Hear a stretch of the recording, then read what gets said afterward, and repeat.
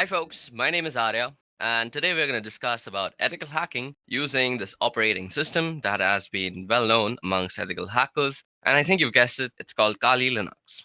Okay, now before we dive right into Kali Linux, let me give you a brief introduction to ethical hacking for those of you who are here on this channel for the first time following the ethical hacking series. So the term hacking has been around for a long time now. The first recorded instance of hacking dates back to the early 1960s in Massachusetts Institute of Technology to the Model Railroad Club, where both the terms hacking and hacker were coined. Since then, hacking has evolved into a broadly followed discipline for the computing community. Now, hacking is the process of finding vulnerabilities in a system and using these found vulnerabilities to gain unauthorized access into the system to perform malicious activities ranging from deleting files to stealing sensitive information. Now, hacking is illegal and can lead to extreme consequences if you're caught in the act. People have been sentenced to years of imprisonment because of hacking. Nonetheless, hacking can be legal if done with permission. Now, computer experts are often hired by companies to hack into their systems to find vulnerabilities and weak endpoints so that they can be fixed in the end.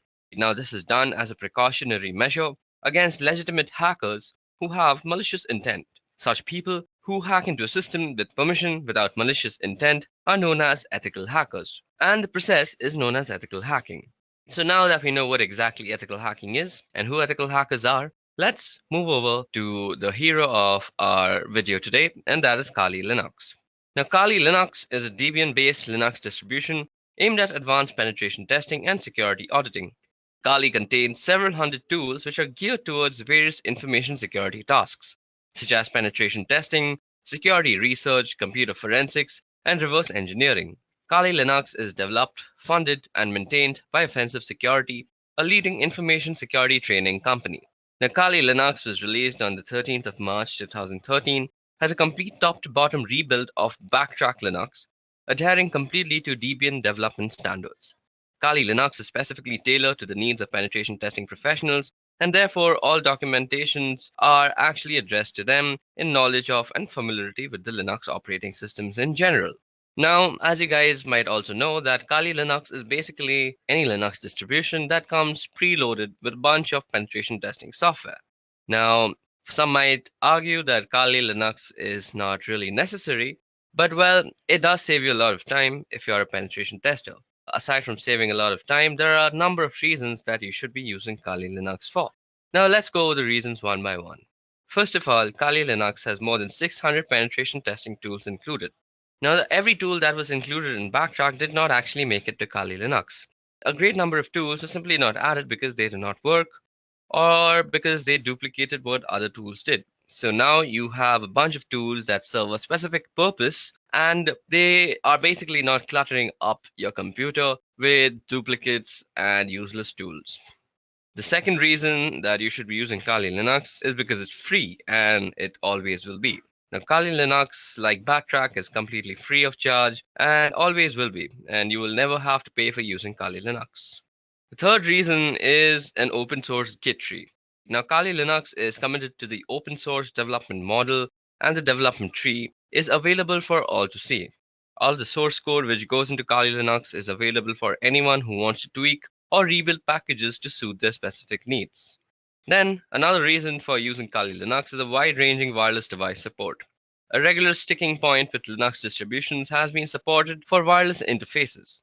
Kali Linux has been built to support as many wireless devices as you can possibly think of, allowing it to run properly on a wide variety of hardware and making it compatible with numerous USB and other wireless devices. More adventurous users to customize Kali Linux to their liking all the way down to the kernel. Which brings us to the kernel now. And the last reason, according to me, that you should be using Kali Linux is because custom kernels and patched for injections. So as penetration testers, the development team often needs to do wireless assessment, so our kernel has the latest injection package that allows you to do so with much ease. So these were 6 reasons as to why you should use Kali Linux. And you can find a lot more reasons on the Kali documentation, so you can go through them if you want. Now, this brings us to the main agenda of our video today. So with that out of the way, now that we know what Kali Linux is and how it works, and why you should be using Kali Linux, let's go over the topics that we are actually going to go through the course of this video today. So, through the course of this video, you could expect to learn a bunch of stuff. So, firstly, we'll go through some command line essentials because Kali Linux tools are mostly in CLI format. So, we have to be well versed with the command line essentials. So, that's the first thing that we're going to tackle. Then we're also going to tackle how we can stay anonymous using proxy chains in Kali Linux. We'll be talking about MAC changers, and we'll be also going into the whole realm of wireless penetration testing. We'll be checking out tools like Aircrack NG, and we'll be also testing on how we can brute force some WPS pins. We'll be going through router vulnerabilities and some other miscellaneous topics that I couldn't really group into one. So, without wasting much time, let's dive into the first topic for today, and that is command line essentials. Now, the way that this video is going to follow is that most of the times we are going to take a hands-on approach to learning how to use things in Kali Linux because I'm a firm believer of actually practical work before learning any sort of thing. So we will be using a lot of practical work, and I completely encourage you that you go ahead and download and install Kali Linux. You can do it on a virtual machine, or you could try and dual boot that thing. I'm not meant to teach you how to do that in that video because there are tons of videos out there that teach you how to install Kali Linux. What we're going to do first in this video is that we are going to take a hands-on approach to firstly learn what the command line essentials are. Now, as you might have already realized, there are some theoretical aspects that we might need to tackle from time to time. For example, what is a MAC address? What are proxy chains? We'll need to learning some theory. So for the theory, we'll have to go through the obvious evil, and that is PowerPoint presentation slides. So I apologize for that from before, but I assure you that most of the time we are going to be looking at a computer screen, and I assure you that you will have tons of fun if you just follow along with me. Okay? Another disclaimer that I would like to add before we actually continue with our Kali Linux course, and that is this is not the entirety of Kali Linux. Kali Linux is a huge thing, and this is just not it. So these are basically what I find interesting and what you may also find interesting. And these can cause a bunch of damage if you're doing it without permission. And damage comes with repercussions, which could include you being arrested, and that is not my fault. Again, I'm saying disclaimer, if you do this without permission, you will get arrested, and that is no way my responsibility because this video is just for educational purposes. Okay, now with all that aside, let's move ahead and learn about command line essentials. Okay, so now it's time that we go through the command line basics of any Linux terminal. Now, the Linux terminal is a very powerful tool. It allows you to move around the whole operating system through the files and folders. It allows you to create files, change their permissions, change how they behave, and a bunch of other things. You can do filtering, you can grab stuff, the specific stuff from a specific file, and there's a bunch of interesting things that you can do. And as an ethical hacker, you will be working with a Linux distribution most of the time, whether it may be Kali Linux or some other thing like Parrot OS. But you will be working on Linux most of the time because it's a powerful tool for networking analysis and scanning and all sorts of stuff that you want to do as an ethical hacker. So the first essential step is to actually know how to use the tool that is available to you. And that is out here, which is the terminal. Now, as I'm running this on a virtual machine, you might find it that my execution times are much slower. And that is because I have a very, very slow laptop because my virtual machine is actually eating up a lot of my RAM. And I have a bunch of other processes that are also rendering. I do this on my free time. So let's go ahead and go through the commands that we are going to actually go through. Now, let me actually make a list of commands that I want to teach you guys. So let me see if LeafPad is available. Firstly, LeafPad is basically a text editor. So the first command that we are going to start off with is cd. Now, cd stands for change directory. Now, at this moment, we are in the root directory, as you guys can see. We can print the current working directory with this thing called pwd, and that is a current working directory, as you see. It's called root. And suppose we want to change our directory to the home directory. So all we have to do is cd, which stands for change directory, as I just said, and specify the path. Now cd/home. Okay, so once we're in home, I want to make a list of commands that are used on the CLI that I want to teach to you guys. So what would I do? I would firstly see if any files are available that I can edit. Okay, so these files are available, but let's create a new file for ourselves. So firstly, let's do nano list.txt. Now what nano does is nano will open up a small command line text editor. Now command line text editors are very much used by ethical hackers because they save a bunch of time. If you're always switching between GUI and command line because you'll be doing a bunch of stuff on the command line, and suppose you want to write something, you're always switching to GUI, it's a wastage of time, and you want to save time as an ethical hacker. So you can use this thing called a command line editor, and it can basically do most of the stuff a GUI editor would do. Now you say nano and the name of this file. So nano basically has created this file now, and it has opened up this new fresh window which overrides the command line that we were in, the bash. And this is the place where you can actually edit what goes into the file.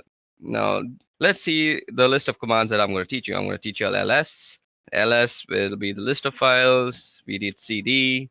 We saw a pwd. So that was the print working directory. We'll be looking at how you can copy stuff with the cp command. Then we'll be looking at mv, which is basically move. Then we'll be looking at cat, and that's an interesting one. And also less, which is another interesting thing. Then we'll be looking at grep, which is actually used for grepping or grabbing things from files that you might want to see. You'll see what I mean in a short while. We'll see echo, which probably does what you think if you have any experience with Linux. Then we'll be doing touch, and we'll be doing make dir, which is make directory. And then we'll do in chown, chmod. Then one of the most dangerous commands that is rm. And then you can do man plus help. Okay, so these are the list of commands that we are going to go through in this part of the video. So suppose I was making this video and I wanted to save this somewhere. So if you see down here, there are a bunch of options that are shown to you. Now this caret sign might be not what you're thinking, that the shift 6 one, it's not shift 6. It's actually a control. So caret is control, and then G of course means G. So if you go control G, it will actually get help. Now what we want to do is save the file, and that is control O, and that is write out. So what we want to do is say control O, and now it's going to say if we want to name the file list.txt, and we want to name the file, and it says that we have written down 15 lines. So that's how you save a file. Now all we want to do is exit out of here. Okay, so first let's go ls, and let's go through whatever there is. So ls shows us the list of files that are there in that directory. Now ls can also show you the list of files in a directory with the paths that you specify. Like if I say ls var, it'll show me everything that is in var. Okay, there are a lot of interesting things in var, so let's head over to var. So cd/var, and you hit enter, and now we are in the folder var. So now to actually demonstrate how powerful ls is, we have a few flags. Now to see the flags of any command, you can just do -- help universally throughout the Unix command line. So out here you see some information that is kind of tough to read, but if you go on top and scroll out here, you'll see all the flags that you can use with the command, that is ls, and how you can use them. So you can see what to use, and you can read a little bit about it. So if you use all, it ignores entries starting with dot. So suppose we were to do ls in var, let's see. So it shows us like this. Now if we do lsl, it'll show a long list with more information. So these are the permissions that you see out here. We'll be seeing how we can change the permissions of files soon enough. And this is who owns the file, the user and the user group. This is the file number, I guess. I'm not sure. This is when they were created. This is the name of the file. This is the time when the file was created, I guess. Okay, so that's how you get very detailed information about all the files. Now, there's another thing you might want to use with ls, and that is the a tag. So you can go lsa, and it will show you all the hidden files also. So now you see some 2 files that were not shown out here. Our file list begins from backup, but when we do -la, we see 2 more files, that is dot and dot dot. So let's see if we can move into that, cd dot. So we can't even move into that. So that's interesting.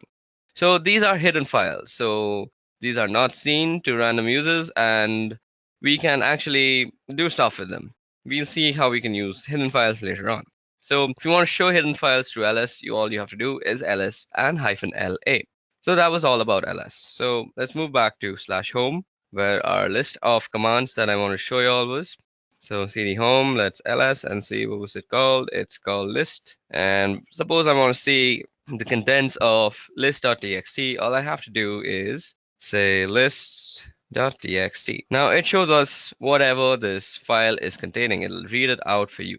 So we've done cd, we've done ls and its various forms, we've done pwd. Now it's time to do cp. So cp is basically used for copying files from one place to another. So suppose I want to copy this address file that is there into some other directory, let's say var. So all I would have to do is cp name.txt, and then you specify which location you want to actually copy it to. So cd/var. So this is where I want to copy my file to, and you hit enter and it's copied. But that was a very small file. Now we can actually check if it was copied before I move on and pour some more knowledge into you.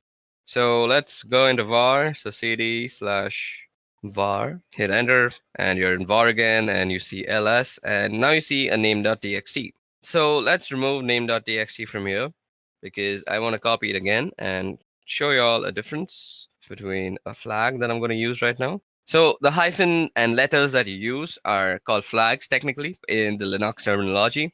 So let's go back to home. Now, instead of the name of the file and moving back to home just like I did, you can type out the complete name of the file out here. So you could have gone cd/home/name.txt and copy it to /var. But this time what we're going to do is we're going to use the -v, which is basically used for a verbose output of whatever you're doing.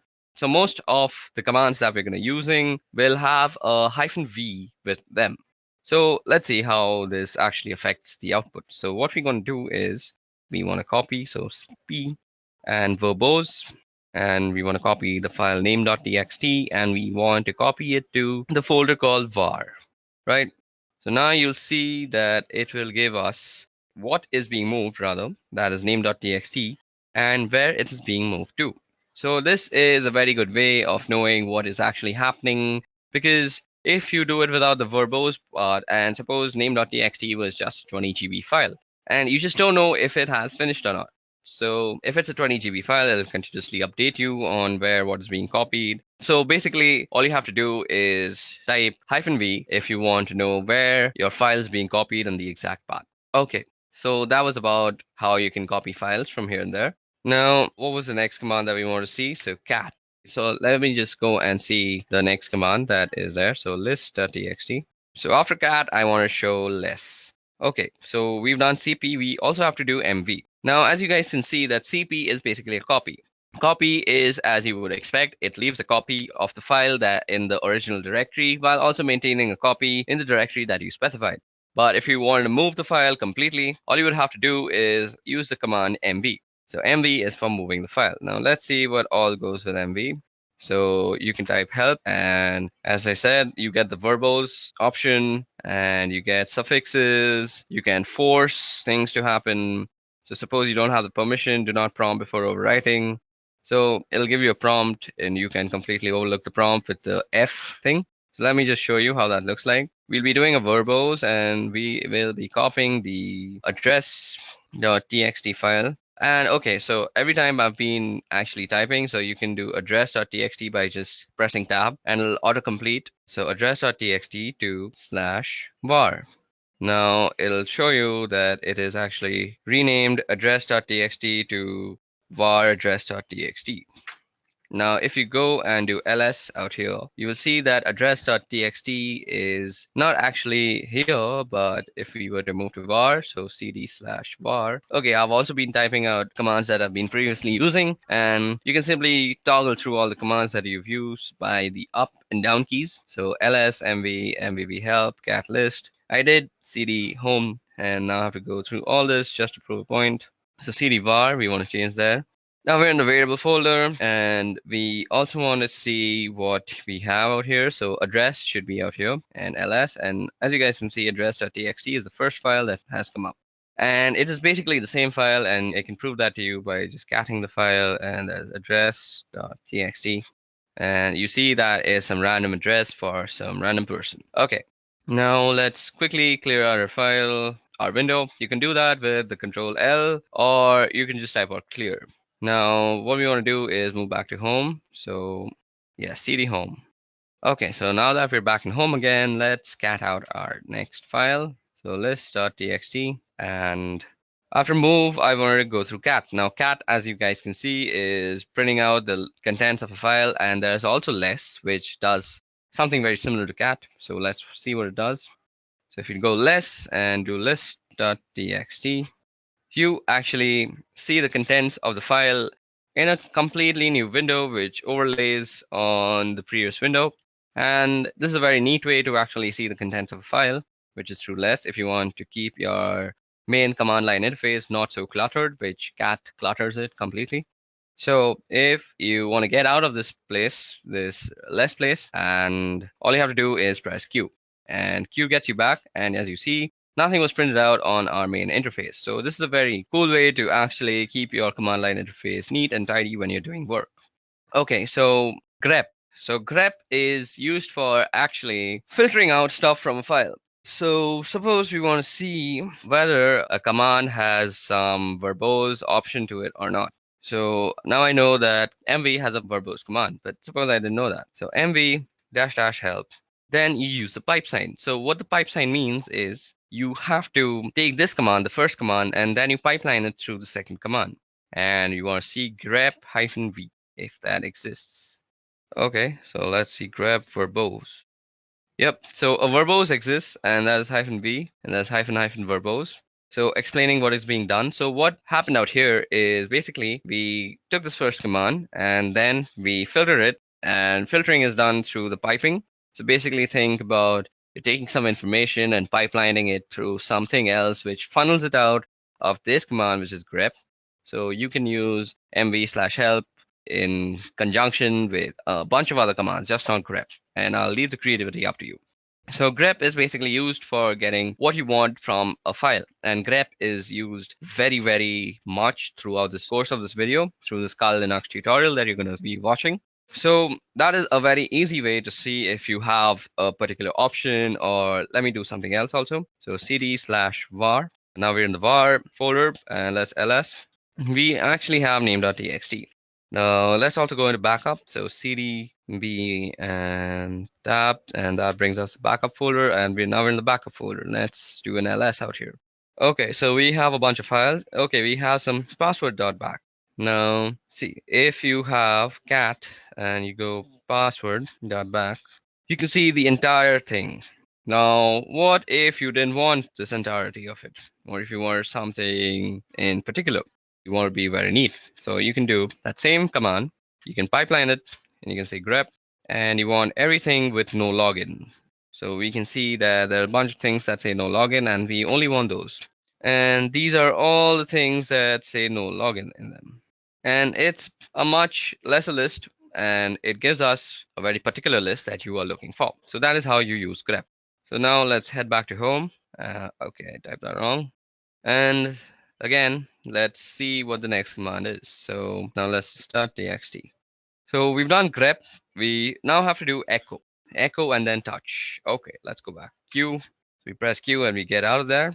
So what did I have to teach again? I'm such a dummy. We have to do echo. Okay, so what is echo used for? So suppose you were to say echo and open quote hello world. It would basically do what command says, and that is echo whatever you say. Now it'll say echo hello world, and that will basically echo whatever you typed out in the quotations, that is hello world, spelled very wrong. Okay, now suppose you want to actually put this into a file. So you could do echo hello world, let's spell it properly this time, and you want to insert into a file. We had a phone number, I guess, phone number.txt, yep, and we can echo it into that thing. Now that was done. Now let's see what is in phone number.txt. Phone number.txt, and it says hello world. So you can basically input text into a certain file with the echo command, and that's how you do it. Okay, now let's also see how you can make directories, and that is with the make directory command. So okay, we also have to do touch before that, I forgot. Now touch is used for quickly creating files. So touch, you could say touch and then the file name. So we can create a name file again, name.txt. or that will create a name.txt. Let me just show it to you, lsl, and we have a name.txt.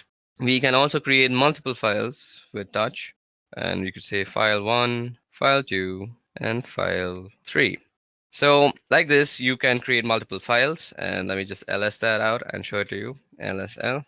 And we have file 1, file 2, and file 3. Now we can also create a directory. So make dir and the name of the directory. So suppose you wanted to save all your movies in one directory. Make directory movie, and now you have a directory called movies. And you can also move into movies. So cd movie. Okay, so that's how you create directories, and you can move into them with the change directory folder. Now let's see what the next command was.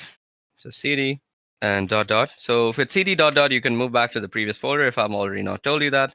And since we're in movies, we can just go back to home with cd dot dot after. Now let's see what else is there. So cat list dot txt. And okay, now chown chmod.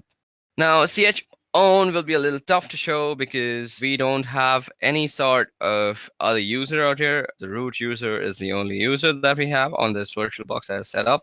But if you want to change the ownership of a file, let's say, so you can see the ownership of a file through the lsl command, and you see that root and root. So this is the owner name and this is the owner group, and they're mostly the same thing. So our next command that we're going to actually see is called chown. So let's see how chown is actually used. Chown is used for changing the ownership of a file. So I actually don't remember how to use chown. So if you actually don't remember or you're getting stuck somewhere, just use the help function. So if a command line argument is symbolic, so let me just go through this once. So this is how you use it, owner and then colon group. Okay, and then the file name. So you go chown, and then you want to say the name of the owner and the group you want it to belong to, that is root and root, and then you specify the name of the file. So suppose I want to change file 1. Now it already belongs to root and root, so it doesn't really matter because I don't have any other username to actually change the ownership to.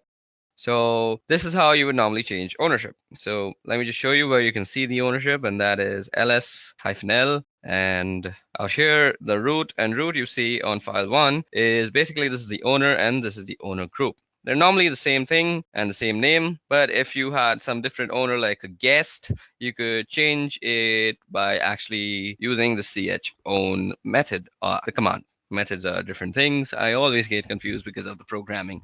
Okay, now the next command that is left is called chmod.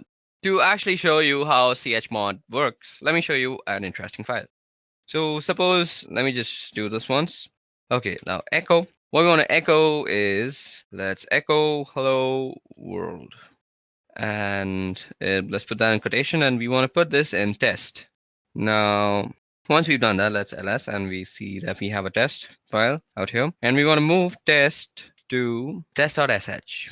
So test.sh is the executable file that is used in bash scripting. So we move test to test.sh, and the way you actually execute bash files on your command line is with the dot and the slash. So you say dot slash, and if I press T and I press tab, you see that there is no options that's coming up. That is because test.sh is not an executable file. So test.sh don't have the executable permission. So let me just show that to you. ls, and you see test.sh. It doesn't have the executable. Now you see movie, it is executable. I don't know why, it is a directory, so it is an executable. You can move into it. So it's blue in color. So the way you actually can make this an executable is by changing its permissions. So the way you do that is chmod, and basically you change it to an executable. So plus X, that is making an executable. If you do plus R, it'll make it readable. And if you do plus W, it'll make it writable also. So if you do plus X and do test.sh, and now you go and do lsl, you'll see that test.sh has become green because it is an executable file now. And now if you do dot slash and you press T, you get test.sh if I press tab. So now it is an executable file, and if I execute it, it presses out hello world onto my screen. So that's how you can use the chmod, or which is basically the change of permissions of files. And we'll be changing permissions of files throughout the course of this video. It'll be very useful for us, and you'll see as we go along with this video. Okay, so the next thing that I want to show you all, only two are left, and I remember those now, and it is rm. And RM is used for actually removing files. So you should be very careful while using RM or any sort of removing command on a Linux system, because once you remove something, it is very difficult to get it back and it's almost near impossible. It's not like Windows where it's basically just disappeared in front of your eyes, but it's still there in the memory, cluttering it all up. That's why Linux always trumps Windows. That's one of the reasons. I'll make a video on that later on. But for now, let's focus on RM. Now, we can remove file 1. So let's see. So file 1 is going to be removed. So if we ls now, you see file 1 doesn't exist. But let me show you. RM, and if I do movie, it'll say cannot remove movie is a directory. But if you go into the help menu, I bet there will be a option that you can just forcefully remove it. So rm force will just remove. So rm/r, and you can do movie, and it'll recursively remove everything. And if you go here and do lsl, you'll see that there is no movie directory anymore, and that is how you can remove movies. Now that prompt that you see out there is actually a safety measure, because once you remove a directory and it's not retrievable, that's a very sad scenario, and you don't want to get yourself in such a scenario in whatsoever possibility. Okay, moving on, so on and so forth. That was all about the RM folder. Now you can do RM and the address of anything. So RM, I know we moved an address.txt, so into the var folder, we can go rm var and address.txt. And that will remove address.txt from the folder of var. Let me just show you that worked. So cd var and ls, and you see that there is no address.txt out here. Okay, another way to get help for any command that you want is man, and suppose you want to see about rm.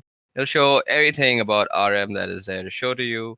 It'll show you how to use it. It'll give you a description, synopsis, the name, remove files or directories. It's a very useful way. So out here you see this is a manual page. So that is what it means, man. And you can press line 1 or H, or you can press Q to quit. So that's very much helpful. Okay, guys, so that was all about the command line interface and how we can use it to go about the operating system and change file permissions, copy files, move files, and a bunch of other stuff. Now it's time to get on with the interesting stuff, and that is, firstly, we're going to be learning how you can actually stay anonymous with proxy chains. Okay, guys, so now that we are done with the command line basics, it's time that we move forward with proxy chains. So before we move forward with proxy chains, let us head back to our PowerPoint presentation and see what exactly proxy chains are. Okay, so proxy chains. Now, as the name suggests, proxy chains are basically a chain of proxies. Now, where is a proxy used? A proxy is used whenever you want to anonymize yourself on the wire or the network. You do not want to know, or you do not want your others to know what the source IP address was for your client system. And to do this, all you have to do is send your packets through a bunch of intermediary systems, and these intermediary systems carry the packet out and they transmit it to the target system. And this is much slower, and let's see how we can use this in Kali Linux now. In combination with Tor in order to anonymize traffic, not only on web browsing traffic, but rather instead on all networks related traffic generated by pretty much all your applications. But you can also change this in the settings. Now, what we're going to do is we're going to open up the proxy chain configuration file, and we're going to understand all its options that are available. So to do that, all you have to do is say nano. You go into the etc folder, and then you go for the proxy chain.conf. And what you see out here is the nano editor, and we had spoken about the nano editor when we were discussing the CLI part. I hope you haven't skipped that. Now what you see out here is a bunch of instructions and options. So let me just zoom in into this command line interface, and now you can read everything much well. So what proxy chains is, well, it gives you the ability rather to route your traffic through a series of proxy servers and stay anonymous in such a fashion by hiding behind them or by having them forward your requests, so it looks that on the other side that your requests are coming from them as opposed to you. Now, surprisingly enough, there are a large amount of these proxy servers out there that you can use, but they're not very stable. They go up and down and they're not very fast. So for specific targets, they can be useful, but not for brute forcing and not for any sort of computing attack. So suppose you're doing something to a certain target. If you're trying to log in or you're already logged in, you can definitely do it through proxy chains. and it will be reasonably fast and reasonably stable as well. But if you're doing some sort of mass scanning or you're brute forcing a password or something of a kind of a proxy chain with a list of proxies selected from the internet, especially the free proxies, it's not going to work. I mean, it's going to work out eventually in a technical sense, but it will consume more time than you can spare. And by that, I mean it can be a very, very long time. It can take about months or two to do a simple scan. So that's not an option. And there are other ways of doing that, but for the time being, I just want you to know how you can use proxy chains and how you can configure it. And actually, because it's really useful and I use it fairly often, and a lot of people do, and it's a fantastic piece of software. So first off, we have the types of proxies. So you see HTTP, SOCKS4, and SOCKS5. Now, there are fundamental differences between these protocols, and you always want to find yourself a SOCKS5 proxy as that's the best possible one, and that has the ability to anonymize all sorts of traffic. HTTP, well, as the name it says, it's for HTTP traffic, and SOCKS4 is very similar to SOCKS5, but it does not support IPv6 protocol and it does not support UDP protocol. So this can be SOCKS4 and it can be rather problematic, and you always want to make sure that you're using SOCKS5 wherever and however. Anyway, down below, you have these other options, which we will go over. So basically, how you enable these options is that you don't need to type some complex lines of code or anything of any kind. Basically, all you have to do is just delete the hash out here. Let me just show you. So suppose we wanted to actually activate dynamic chains option. So all we have to do is delete the hash. But let's put in the hash right now. So after you delete the hash, all you have to do is save the file and the option is enabled. This hash presents a commented outline, meaning that the system reading this will ignore if there is a hash, and if there isn't a hash, it will take it into consideration and interpret it accordingly. Anyway, what we have here are statements which allow us to specify how we want our traffic to be routed. So first off, we have dynamic chain. Now, dynamic chain is a sum and is an option which you will find people using the most. It is most commonly used option and a preferable one too at that. And honestly, I think it's the best one out there, primarily because it's the most stable one. And here's why.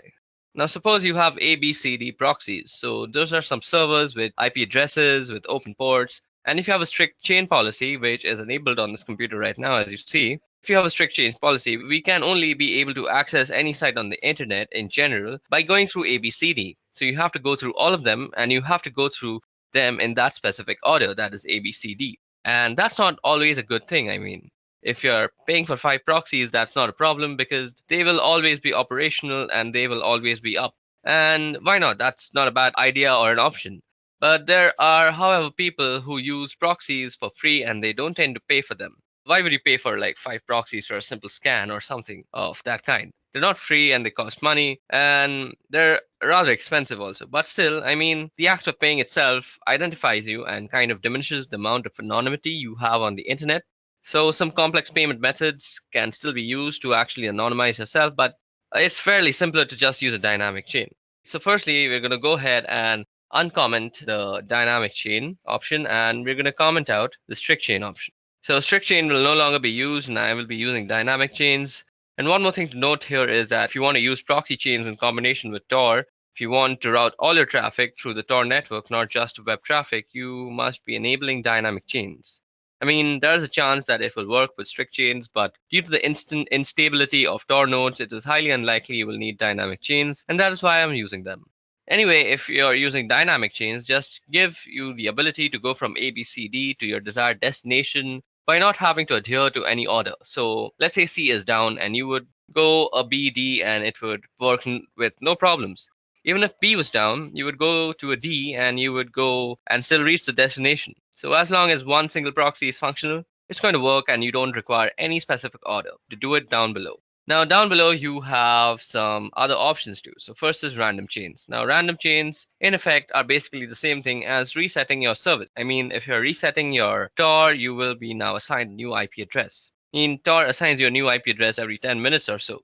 Anyway, with the random chain, you can specify a list of IPs, and then you can tell your computer, okay, I want you to try and I want you to connect to this point. And every time you connect, every time you transmit a packet, I want you to use a different proxy. And we can do that as well. And that's one of the options definitely. And you can say, okay, use this is phone 5 times and then change to another one or some kind of like that. There are a lot of options to specify there, primarily the chain length. Anyway, down below there's quiet mode. and you don't really need that, then that's proxy DNS request no leak from DNS data. This is very important. You cannot have any DNS leak, and let me explain to you what DNS leaks are. And even though somebody cannot get your particular IP address, they can get the IP address of the DNS server that you are using. And that DNS servers do is resolve the main domain to the IP address and vice versa. So for example, if you typed in youtube.com, the DNS server of your local ISP provider will resolve that into some sort of IP address that YouTube has, and it will make a request. No problem. And you do not want that happening because your local DNS server will be discovered, and that is information that can be used in order to figure out your personal IP address. And when that is done, your physical location is pretty much compromised, and that's a no-go. And you definitely need proxy DNS here. It might slow you down a bit, but without that, you're practically not anonymous, and it's just a matter of time before somebody finds you. Now, if you go down below, we have some other options here, but we're not really interested in them at the moment. What we here are for the formats for entering proxies, and I'm going to leave it at that. So what you see out here is first the type of the proxy, that is SOX5, then the IP address, then the port number, and then two words, that is Llama secret and then juice to hidden. Okay, so now what you see out here, as I just said, is how you would actually write down your proxy chains. And now, as I had already also said, you always want to be using SOX5 and you don't want to be using HTTP because they're not really that safe. And SOX5 doesn't support a lot of options anyway. And this is the IP address of the proxy server that we will enter a few of them manually later on. And this here is the port number that you see on which the proxy server is listening. And that port is open over here. These two words now, what some proxy servers, especially paid ones, will always have a username and password, so you can just type them here in plain text. Unfortunately, it is assumed that only you and you alone have access to this computer besides this file. And besides, this file is not everybody can read this file. Anyway, so if you can just type in the username here and password here, you will gain access to a certain proxy that you have chosen or that you have paid for. Anyway, these are just some examples, and we won't actually be using these proxies or anything of a kind. We need to go down below here. Out here you see. And at the end of the file, so if I just press enter a couple of times, there we go. So here is only one proxy active at the moment, and it says SOX4, and all traffic being routed here through Tor by default. So let's set to Tor now, and Tor default listens on this port. So this 9050 port is where Tor listens on. Now, what we want to do is we want to add a SOX5 proxy address. So what you want to do is just type in SOX5 and the same IP address, SOX5, and you want to be keeping the spacing correct, just use tab. So 127.0.0.1, and then you want to specify the port number also, so 9050. So what you see out here, the 127.0.0.1, this is the loopback address of your computer. So this is for inter-device communication, and if you ping this address, if you're pinging yourself basically, and usually people ping this address in order to make sure that the IP protocol is set up correctly, even though they don't have internet connectivity. So let's just type in 1.27.0.0.1 and the same port number and 9050. So now we have to press Control O to save our file, and we're going to save under the same name, and we wrote 65 lines of codes down, and that's written. And now you have to press Control X and you exit out. So let's press Control L and clear out our screen. Now we just edited our proxy chains configuration in a very neat environment. So to go ahead and type in our service door status, so we want to check the status of our Tor service. So service Tor status. So Tor service could not be found. So do we have the Tor service installed? Okay, so Tor service is not installed. Just give me a little moment. I'll quickly install it. Okay, so now that we have set up our proxy chains configuration file and we have put in a SOC5 proxy chain, giving it the Tor service. Now what we need to do first is start up our Tor service. Now to actually check if Tor is running or not, or if the Tor service is running or not, let me just clear that out. We need to go service Tor status. And you see it says it's inactive. So what you have to do is say service Tor start, and that will start the Tor service. It might take some time depending on the system that you're using, and voila, there it has started it for me. Now, what you have to do to actually use proxy chains before you go to any website. So all you have to do is say proxy chains Then you specify the browser that you're using. So we're going to be using Firefox. And you could say something like www.duckduck.com. So now here you will see how your thing is being transmitted to DuckDuckGo.com. When I say thing, I mean your packets and your requests. I'm sorry for my vocabulary. So now your packets are going to be directed through a bunch of IP addresses, but we haven't actually put a bunch. We just have put the loopback for the Tor network. So we will let Tor do the rest of the things for us. Okay, so depending on your system, this might take a little bit of time to actually open up. Okay, so let's go ahead and see what's actually happening on the terminal while this thing is loading up. Okay, as you can see, it's going through a bunch of proxies out here, and some are denying it, and some are saying it's okay. So as you guys can see, most of the time you might get denied, and it'll be a lesser number of okays, and that is exactly what we're looking for. Because primarily we have gone a great extent for the anonymity, and what you want to do is stay like that. So this is basically how you use proxy chains. Now, if this computer just decides to open up DuckDuckGo.com on Mozilla, I could actually show you some interesting stuff, but it seems my computer has kind of given up on actually opening DuckDuckGo. It's still waiting for DuckDuckGo's actually confirmation, but that's about it. So this is how you can actually configure proxy chains. I'm really sorry that my computer isn't working right now so well, and nothing is actually opening on Mozilla. It's mostly because my RAM is overloaded. I think I should go ahead and get myself a new RAM. But for now, let me just also say that we can put some custom proxy lists, and instead of just saying, let me just go ahead and open up that file again. As you guys can see out here, I'm going to end this right now because my computer can't really take all this pressure. See, it's lagging so hard. Okay, let me just quit out of that and let me just open up a new one. Now, as I had said that you can put up some custom proxy lists. Not really going to do that, but let me just show you how you can do that. You go nano and you go etc and proxy. So you basically have to go into the proxy chain. Okay, so I think I have to put this again.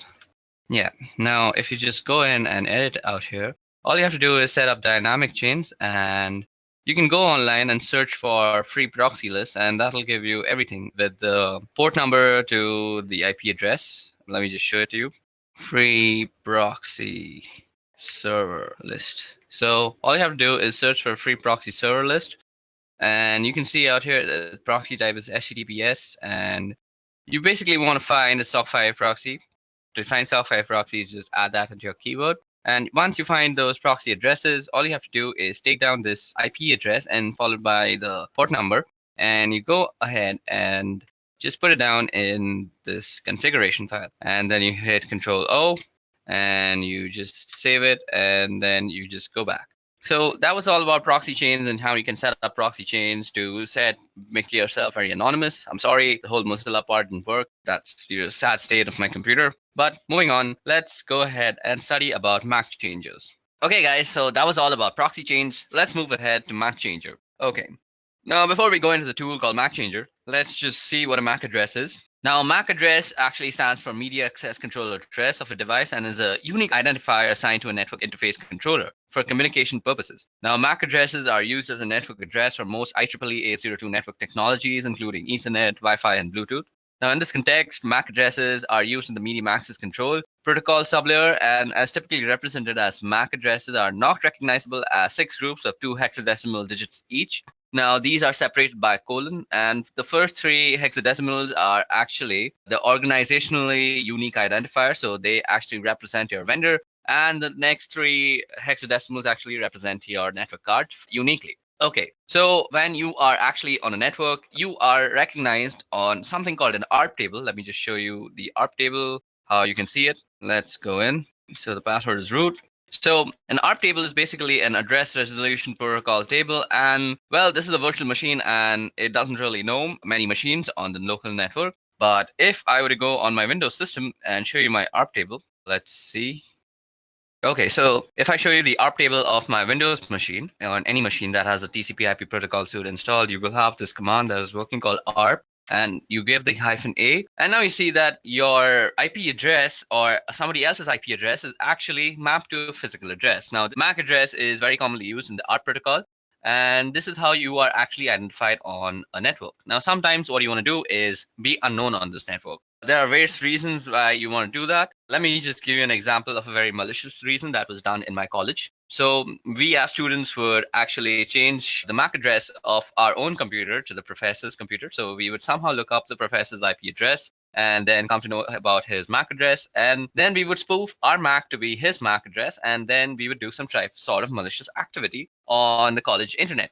And then the internet administrators of our college would come to know that that MAC address is doing some sort of malicious activity. And that MAC address would get permanently banned for that session on the college network. So basically, our professor would not be able to use the wireless projectors that he would use to actually show us his presentations. And we'd end up getting a free class. Now, I am not actually promoting any sort of bad activity like this. I have just experienced this in my own college life. So that was something. But there are many other reasons that you might want to spoof your Mac. Now, Mac Changer is an amazing tool for actually spoofing your Mac.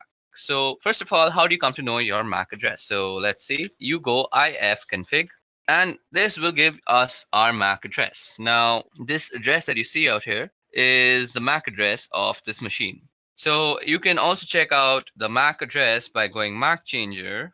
Then let's type in the help options, and this will show us how to get the MAC address. So if you see there's a show flag, so we can go Mac Changer, and you can put the S and then you put the interface. Now the interface is where it's working. So eth0 is where we are actually getting. We don't want the loopback one. So eth0, and this will give us the MAC address. So our current MAC address is 080027. Let's see if that was the same one shown. Where is that MAC address? Okay, so ether 080027. So I'm sorry, this was the MAC address. I selected the wrong thing. What I was showing you is the IPv6 address, and you can see that's very, very long. So this is our MAC address. Now, what you might want to do to change your MAC address, well, let's see. With V, we can get the version. With S, you can show. We can do the E. And as I said, if you remember that the first 3 bits is about the vendors, so you can also get the vendor list by going -L. So you go -L, and this will give you a list of MAC addresses and which vendor they belong to. So sometimes if you know the vendors that are actually being used on the network of your college, for example, and you want to just stay anonymous and not raise any flags of suspicion, so you could hide yourself as a Cisco router. So suppose your college was using all sorts of Cisco routers, and you decided that today I'm going to spoof myself as a Cisco router and I'm going to screw around with the network. So it would not raise any flags before you actually decided to do some malicious activity. In some deeper inspection of your MAC address, people would actually realize that you are actually spoofing the address. And after some investigation, they would indeed take some time to actually reach to you and how you spoofed it. But the point of changing your MAC is not raising any flags. And that is exactly what you should try to do. So MAC Changer is also very useful for getting the list of all the MAC addresses and their vendor IDs. Now let me just clear the screen out quickly. So we go clear, and let's bring back the help. So we go MAC Changer and --help. Now what we want to do is give ourselves a random MAC address. Now MAC Changer, so that is done with the R flag, and we want to do it on eth0. So once you run that, you will be given a new MAC address. So our new MAC address is f6c649. Now you can verify that by running ifconfig. Now we could just do ifconfig, and you see our new MAC address is on ether. So we could also do something like this, ifconfig, and you could grep ether. So that is telling you the MAC address, and this is completely new. Also, you could show it through the MAC Changer tool itself. Okay, so we need to give it the eth0. I forgot that. Now you see that this is our current MAC address and this is our permanent MAC address, and they two are completely different. Sometimes you also might want to actually change your MAC when your laptop is or your system is booting up, because you might want to stay anonymous all the time. Who knows? And sometimes you might think, I'll actually change it when I want to change it. But let's face it, we are forgetful as human beings, and we tend to forget things that we are supposed to do. So what else is better than to actually automate the whole process yourself and forget about remembering all these stupid nitty-gritty stuff? So you can tell Linux or Kali Linux to actually change your MAC address on boot up is use this tool called cron tab. Now, cron tab is actually used for scheduling tasks on Linux. So let me show you how to do that. Firstly, let's clear our screen and go cron tab and go help. Now you see it's a pretty small menu. So first we start with the U flag, which user this file is going to work for. Then we got the E flag, which is for editing cron tab users, the users cron tab list. And you can see the list of users cron tab. And let's see, so do we have any cron tab lists? So there is no cron tab at this moment, so we can set up one for ourselves by going to the E. Then there's the R, which is delete users cron tab. And I want to tell you all, be very careful when deleting anything of that sort, because once you delete something from Linux, as I've already said, that it is very, very difficult to actually retrieve it back. You might get fragmented pieces of what you had actually deleted, and that will only leave you with sadness and devastation. Now, what you want to do is go through cron tab and press E, and this will bring us to select an editor. To change, later run select editor. So we'll do it with nano. So what you have out here is the readme file of cron tab, and if you read this entire thing, you will get how to use cron tab completely. But if you have any sort of doubts even after reading it, you can leave them down in the comment section below. Now, what you want to do is actually set up a cron tab so that you can change your MAC address whenever you reboot your computer. So all you have to do is say at reboot, what you want to run is MAC changer. And if you remember, we want a random MAC address and we want it on each 0. So that's done. Now all you have to do is save this thing. So you go Control O, and that will write it out to cron tab. And you press enter and you have written down one line. Now you go Control X, you have exited out. So now let's us clear the screens by pressing Control L and enter. And let's go ahead and get our MAC address. So if we go ahead and run that, our MAC address is set to F6C649. So just remember the first few letters, F6, C6, and 49. Now let me just reboot my computer, and you will see after I reboot and run ifconfig again with grep ethop, we will see a different MAC address. Now, rebooting might take some time because I'm actually using a virtual machine, but till now it's given problems with the Firefox, but let's hope this won't take much time. Okay, so now that our computer has booted up and we have actually opened up our terminal, let's go in and type ifconfig and let's get in our ether, that is the MAC address. So if you remember the MAC address, now you see that it has completely changed. And that's how you can spoof your MAC address on your local network. And this will basically help you in staying anonymous on our protocols and anything that actually maps your IP address to the MAC address. Okay, so that was all about MAC changers. I'll meet you in the next section now. So in this section, we'll be talking about wireless encryption protocol cracking. So that is basically Wi-Fi cracking. Now, Wi-Fi in today's day and age uses pins or passwords to normally encrypt their data usage. Basically, if you want to access the wireless access point, you need a password or a pin to actually gain authorization. Now, this authorization is done using a four-way handshake, which we will try to capture using a tool called AirCrackNG. And then we will try to crack into the password using a wordless generator called Crunch. Now you can use AirCrackNG to crack WPA and WPA2. There's also another protocol called WEP or WEP, and that is not normally used these days. If you find anybody using that, you should always advise them to actually upgrade to WPA or WPA2 because WEP is actually very easily cracked in these days, and people are generally punished for using WEP by hackers all around the world. Okay, so now you can actually go ahead and go into a terminal and type ifconfig to actually look at your network card name. As you guys can see out here, it's called WLO1. So the first step that we need to do to actually go into the process of Wi-Fi cracking is set up our network access card or our access point into monitor mode. So as you guys can see out here, after typing ifconfig, it shows me that my Wi-Fi access card is WLO1 interface. Now, our process of cracking passwords is pretty simple. What we want to do is actually monitor for all sorts of access points that are nearby to us. Once we have chosen the access point that we want to actually penetrate into and find the password, what we want to do is run an arrow dump scan on it, and then we will try and de-authenticate any device that is connected to that access point. Now, one assumption out here is that the password is saved in that device and it will automatically try to re-authenticate itself with the access point. And we want to catch and log this re-authentication process, which will actually have a four-way handshake between your device and the access point. So this is basically the procedure we are going to follow.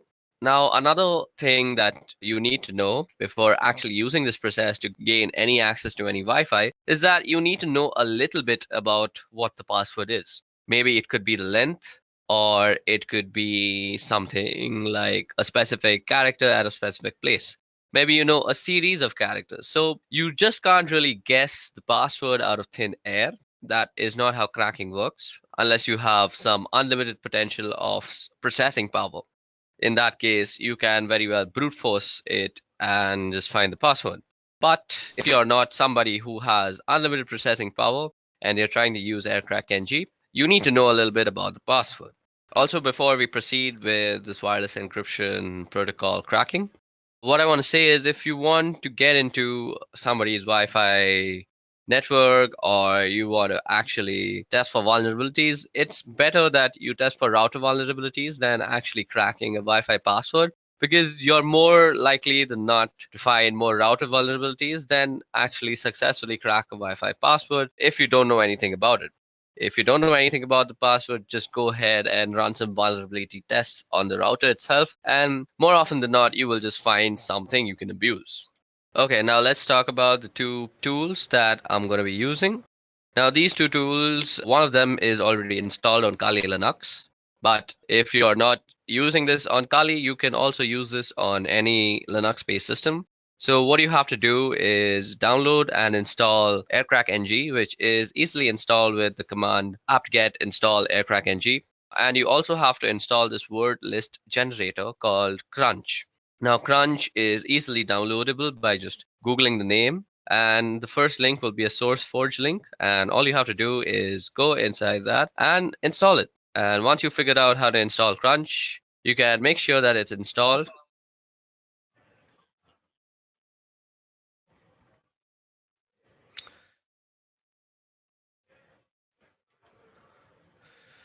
Now, once you have installed both the softwares, you can check out if the manual pages are opening up. Let me just open the manual page of Aircrack NG and show you that it has been properly installed.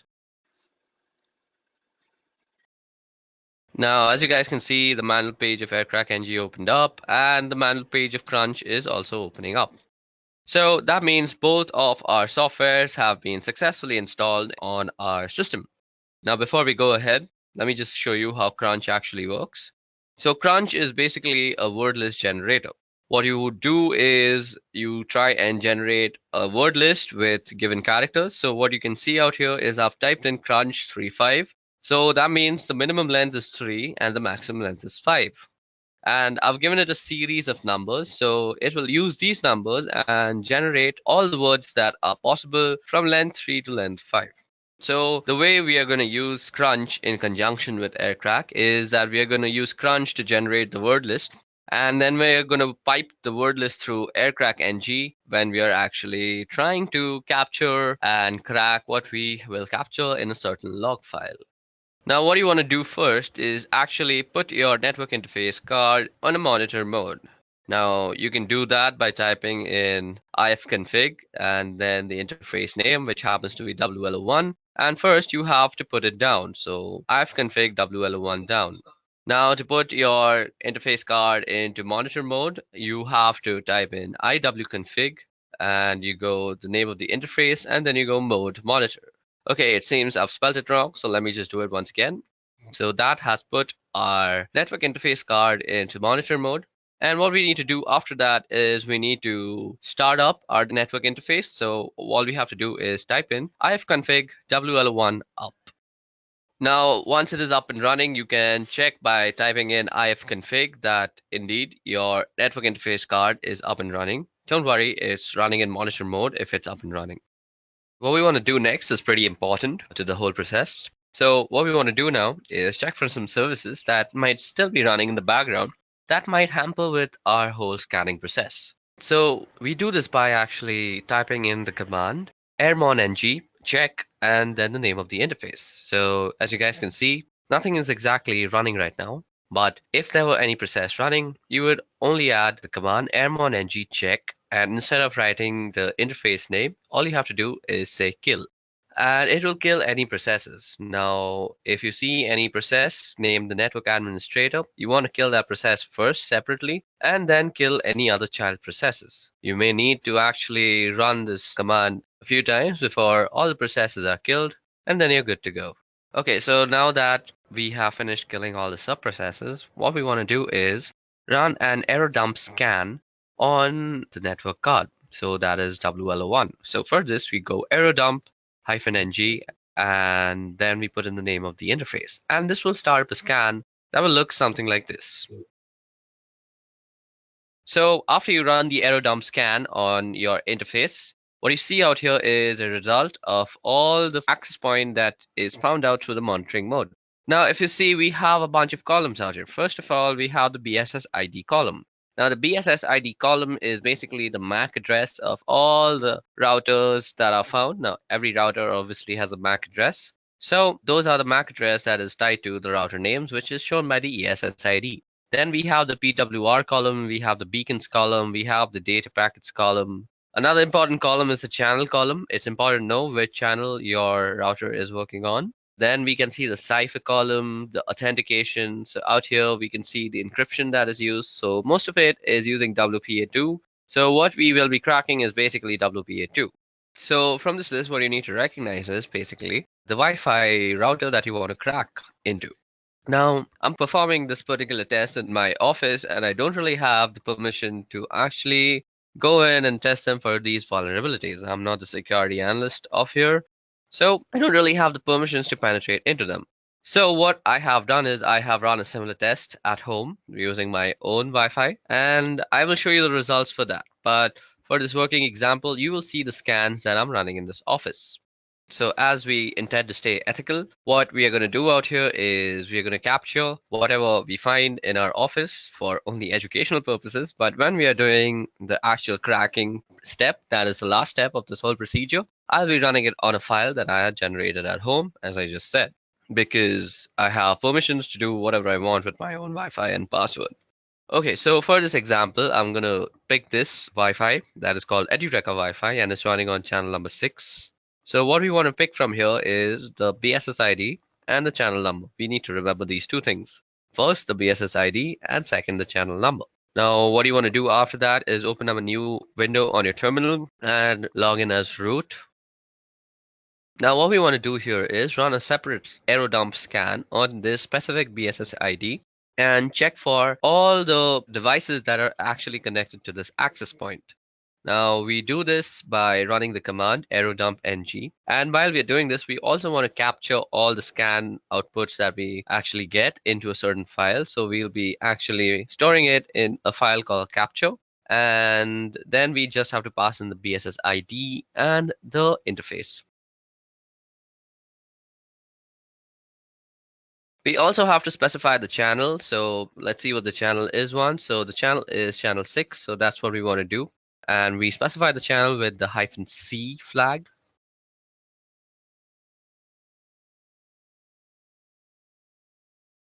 So after you have identified the MAC address, all you need to do is copy it down and place it after the BSS ID flag. Okay, so we're going to run our command out here, and we just want to say our file is going to be called test.capture. Now that our scan is up and running, all we want to do is wait till someone is actually connected to this access point.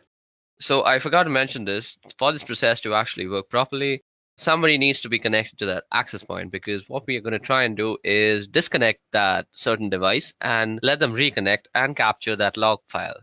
Okay, so it seems like nobody is actually connecting to it. So at this time, all I'm going to do is go back to our error dump scan that we had run on our network interface and look for some other MAC address or other access point to actually penetrate into. And let's see if something has actually connected to that. Okay, so, oh, voila. Now what you see out here is that somebody has actually connected to this access point, and his MAC address can be seen under the stations tab. Now, what we want to do is run a deauthentication broadcast message on that station and deauthenticate that guy. Now, to actually run the deauthentication process, all you have to do is go ahead and open up a new terminal window again and let the scan be running in the background. Don't close any scan at this moment. Okay, so the information that we need to remember is the BSS ID, or rather the MAC ID of the station. Now, you also want your monitoring to be running on the same channel so that your deauthentication message is being already broadcast on the same channel. So we can do that easily by going airmon ng and saying WL1, and you can say start on the specified channel. So what we want to be doing is running this on channel 6. Then we want to go and use the third suite of tools, that is Air Replay. Now, Air Replay is used for broadcasting deauthentication messages and all sorts of stuff. Now, you can see all this in the help menu also, and you can do that by typing in dash dash help. If you go down, you see that you can send a deauthentication message using the -0 flag, and that's exactly what we're going to do. Then we say 0 again because we want to constantly send a broadcast of deauthentication. So it's looping basically. And until and unless we stop the scan, nobody will actually be able to access the Wi-Fi. So it's basically like a small DOS attack. And then we want to specify the BSS ID. Okay, so it seems like I forgot the whole A tag before the BSS ID, and that should get it working. Okay, so it seems like I have copied some wrong BSS ID, I guess. So let me just go ahead and copy that once properly. Okay, so now that we have the proper BSS ID, as you guys can see, we are running a deauthentication broadcast message on that particular network access card. And now you want to run this for around a couple of minutes so that you become sure that all the devices have disconnected. Now, while this is happening, what you're doing is basically sending a DOS attack to that small little Wi-Fi, and you want to catch the handshake that occurs between devices and the router that it is connected to while reconnecting themselves. Okay, so now that we've let the scan run for a couple of minutes, let us just stop it. Let's stop this other scan too. Now, if I go and list out the files on my desktop, you should see that there's something called the test capture. Now, the test capture is given to us in various formats. We have the capture format, which is test capture -01.cap, and then we have test capture CSV, we have a Kismet CSV. So it gives you a bunch of formats to actually run your cracking on. Now, if you remember, I had told y'all that I have already generated a similar file at home, basically, when I was trying to crack into my own home password. So I will be running the test on that file, or the cracking procedure on that file, and that is the last step of this whole procedure. So let me just go ahead and move into that folder. So I go cd scan. Now, as you guys can see out here, if I list down the files, you can see a capture1.cap, capture1.csv, there's a Kismet CSV, and there's a netxml. So I was not lying when I said that I have already done this at home. So we are going to run our cracking process on capture01.cap.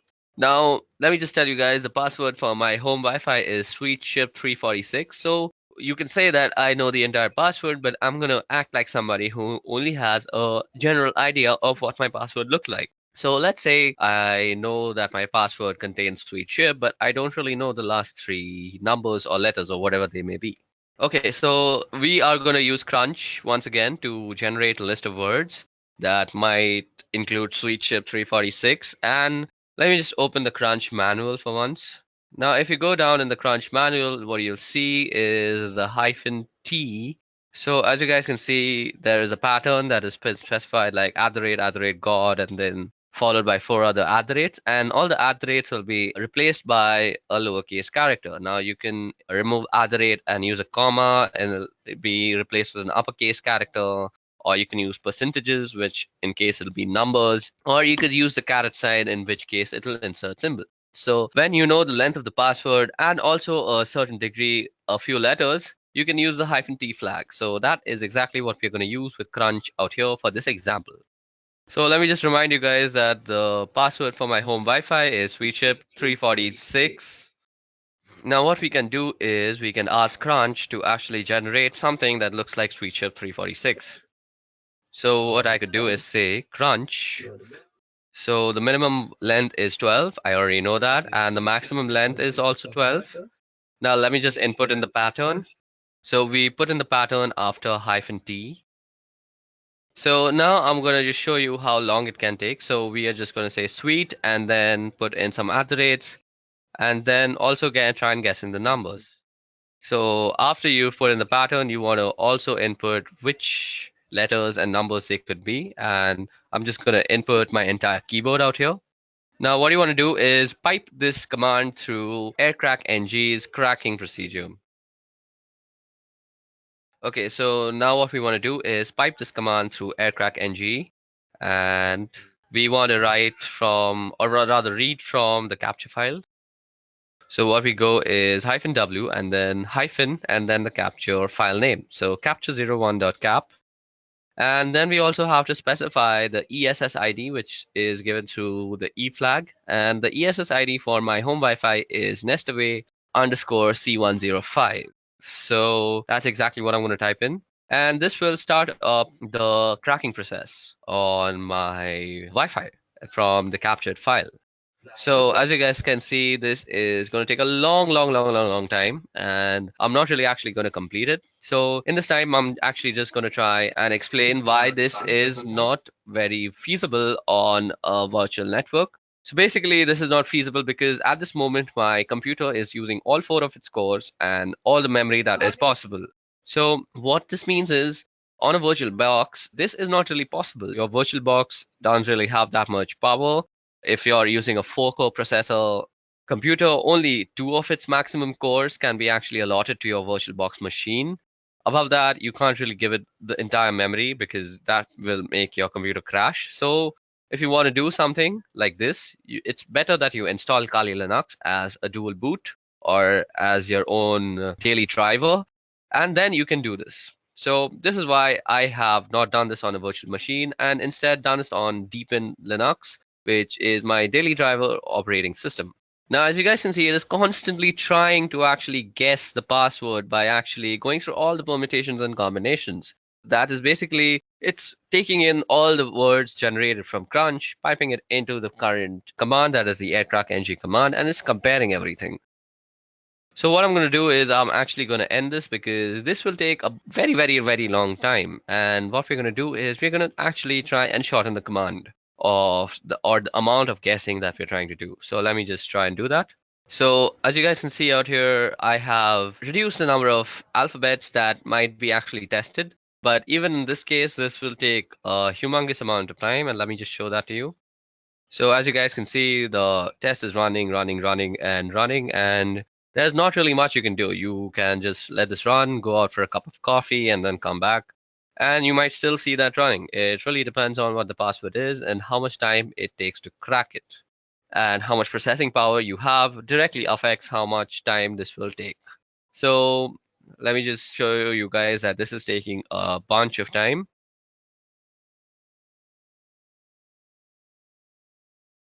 Okay, so now that I have fast forwarded a lot into the scan, you can see that I have tried almost 2127608 keys. So that's more than a million keys. That's 2 million keys that I've tried. So, and it still hasn't reached sweet chip 346. So what we're going to do is just to show you for demonstration purposes that this procedure actually works. Let me just shorten our guessing even more. So what we want to do is this time we want to just guess the numbers. So we will modify our command accordingly. So we just put in sweet chip and let the algorithm just guess the 346 part. So we're going to remove the alphabets from the guessing scope also. And as you guys can see, the password is almost immediately guessed because only 456 keys were tested. And as you guys can see, it shows that the key was found and it's sweet chip 346. Now, let me also show you that it works with the guessing of letters, just because I don't think I've justified that letters are also guessed and not just numbers. So let me make it just guess the P part. That is sweet she, and then it should guess P and then 346. So let me just show you that. And as you guys can see, it guesses it almost immediately after just going through 15,000 keys. Okay, so that brings us to the end of this Wi-Fi cracking tutorial and also to the end of this video, which was regarding ethical hacking using Kali Linux. I hope you guys had a bunch of fun learning about MAC changes, proxy chains, and a bunch of stuff that we did, like Wi-Fi password cracking. I hope you practice these procedures and methodologies that I've taught you only for your own educational purposes and not use it to harm anybody or do anything harmful with it, because let me just tell you very seriously that you can be prosecuted by the law. So let's end this video on a good note by saying please practice this for only educational purposes. I'll meet you guys in the next video about ethical hacking. Until then, goodbye. I hope you have enjoyed listening to this video. Please be kind enough to like it, and you can comment any of your doubts and queries, and we will reply them at the earliest. Do look out for more videos in our playlist and subscribe to Edureka channel to learn more. Happy learning!